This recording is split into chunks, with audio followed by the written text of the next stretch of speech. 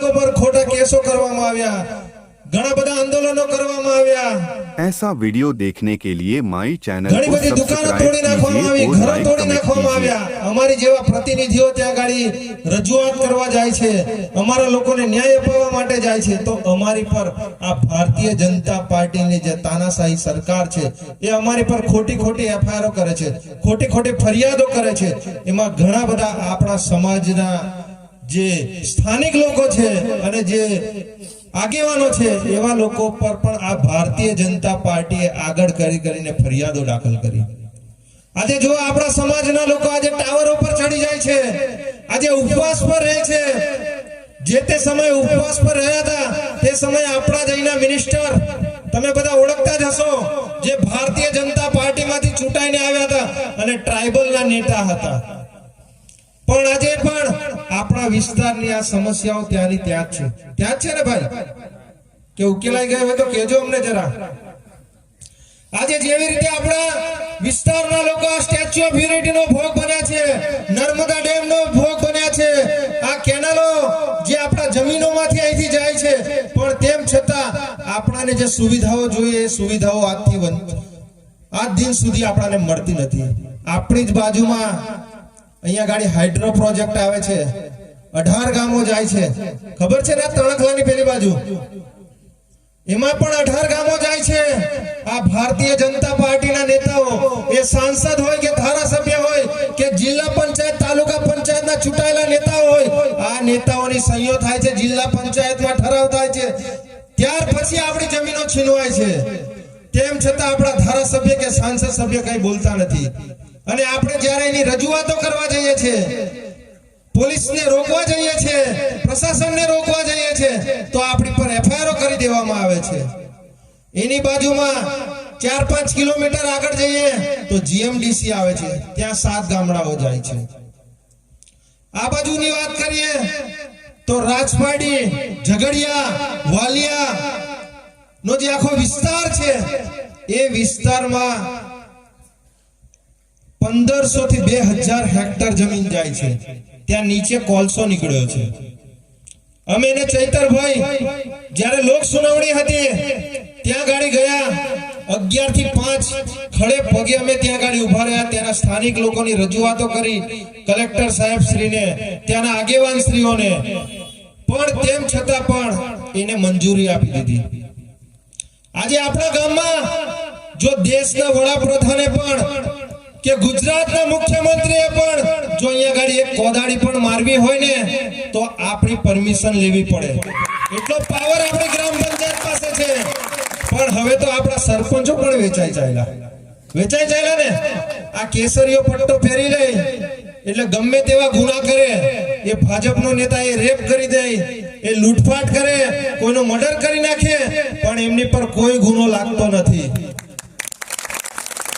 પણ જ્યારે આપણા સમાજમાંથી આવેલા અને દેડિયાપાડામાંથી ચૂંટાયેલા ધારાસભ્ય જો આપણા સમાજ માટે અવાજ ઉઠાવે અને જે વર્ષોથી જે કરોડો રૂપિયાની ગ્રાન્ટ આ ભારતીય જનતા પાર્ટીના અને કોંગ્રેસના નેતાઓ બેસી અને કરોડોનું જે બજેટ છે, 1 કરોડ રૂપિયાનું બજેટ એજન્સીઓને આપીને જે ભ્રષ્ટાચાર કરે છે અને બહારના લોકો આવીને અહીંયા ગાડી વહીવટ કરે છે, એના માટે અવાજ ઉઠાવે છે, તો એવા લોકો પર એક સામાન્ય પાણીના ગ્લાસ દ્વારા 307 ની કલમ લગાવી દે છે। 307 ની કલમ એટલે મારી નાખવા જેટલો ગુનો, કોઈનું મર્ડર કરી નાખ્યું હોય। ભાઈ એક ગ્લાસ કેટલા કિલોનો હતો?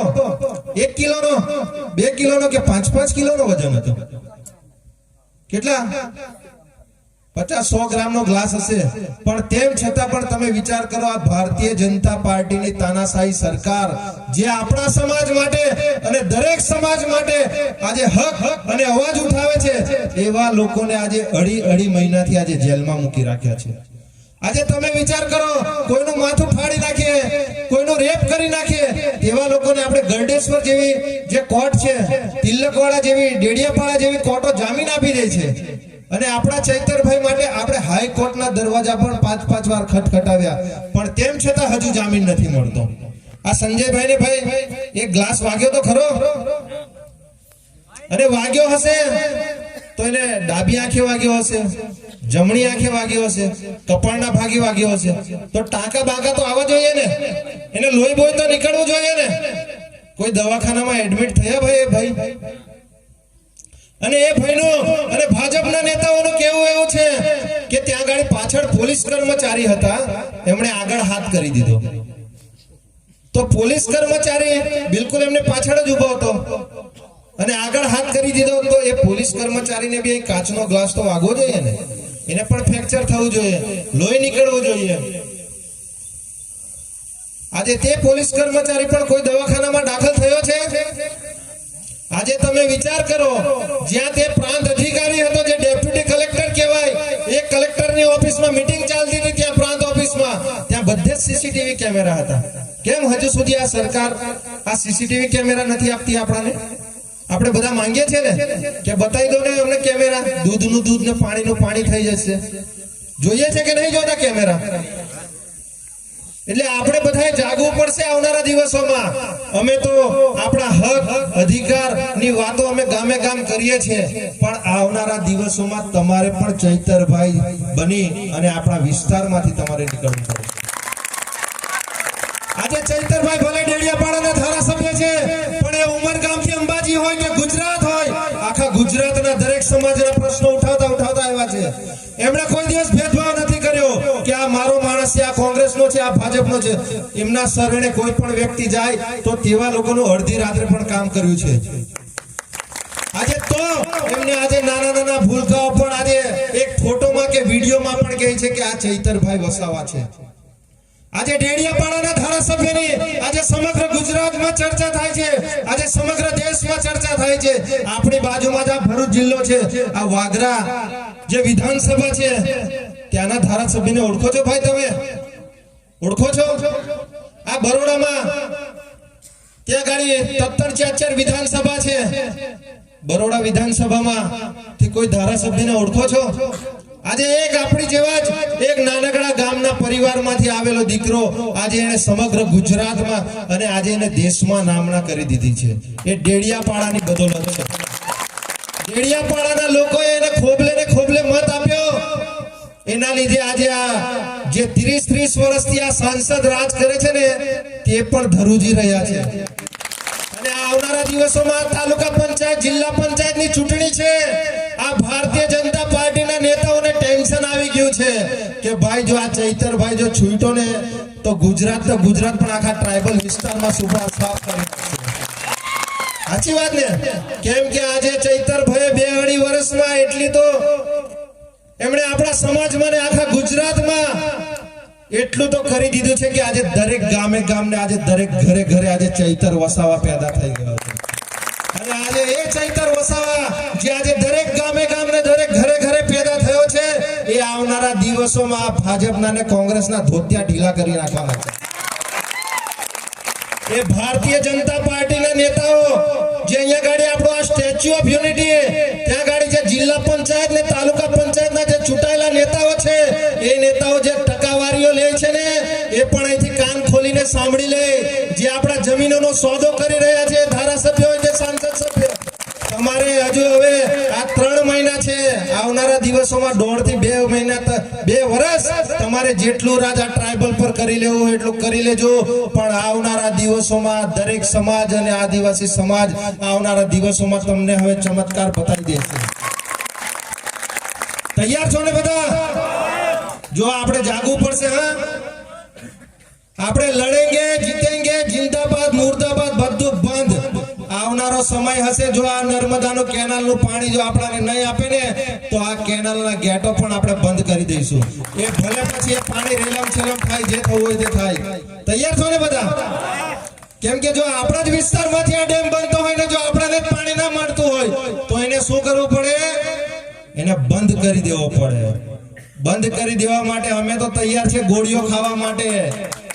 અમારી પર કેસો કરશે તો અમે કેસો વેઠવા બી તૈયાર છે, પણ તમારે ખાલી અમારી પાછળ આવીને ઊભું રહેવાનું છે. આ ભારતીય જનતા પાર્ટીના નેતાઓએ એમણે હાઇડ્રો પ્રોજેક્ટ બનાવવો હોય, એમણે સ્ટેચ્યુ ઓફ યુનિટી બનાવવું હોય, એમણે નર્મદા ડેમ બનાવવો હોય, એમણે દુનિયાભરના પ્રોજેક્ટ લાવવા હોય, એટલા લાવે. પણ આવનારા દિવસોમાં અમે અહીંથી 1 ફૂટી કોળી જમીન પણ તમને આપવાના નથી. તમારે જો ખરેખર વિકાસ કરવો હોય તો તમે જતા રહો અમદાવાદ જેવી સિટીમાં, તમે જતા રહો બોમ્બે જેવી સિટીમાં. તમારે વિકાસ કરવો હોય તો સુરતમાં જઈને કરો. આ ટ્રાઇબલ વિસ્તારનો આદિવાસી સમાજ અને દરેક સમાજ આવનારા દિવસોમાં જાગી ગયો છે અને આવનારા દિવસોમાં તમને અહીંથી 1 ફૂટી કોળી જમીન પણ અમને આપવાના નથી તમને. કેમ કે અમે બિરસા મુંડાના વંશજ છે. અમે જળ, જંગલ અને જમીનના રખવાડા છે. અમે ચૈતરભાઈ ની વિચારધારા સાથે ચાલવા વાળા માણસ છે. અમે ગોળી ખાવા તૈયાર છીએ પણ તમને 1 ફૂટ જમીન પણ આવનારા દિવસોમાં અમે આપવાના નથી. આપવાના છો ભાઈ તમે? જોજો હા, જાગવું પડશે. આ ચૂંટણીમાં એ બધી લોફાવણી ઘણી બધી જાહેરાતો કરશે. આજે આ અમારી બહેનો બિચારી ચૂલા ફૂકી ફૂકીને થાકી ગઈ. તે ગેસના બોટલ ચાલે છે કશે? તે ક્યાં મૂક્યા છે ગેસના બોટલ ને સગડીઓ? આ ભાજપના નેતાઓ બહુ ફોટો પડાવવા આવે છે આપણી પાસે.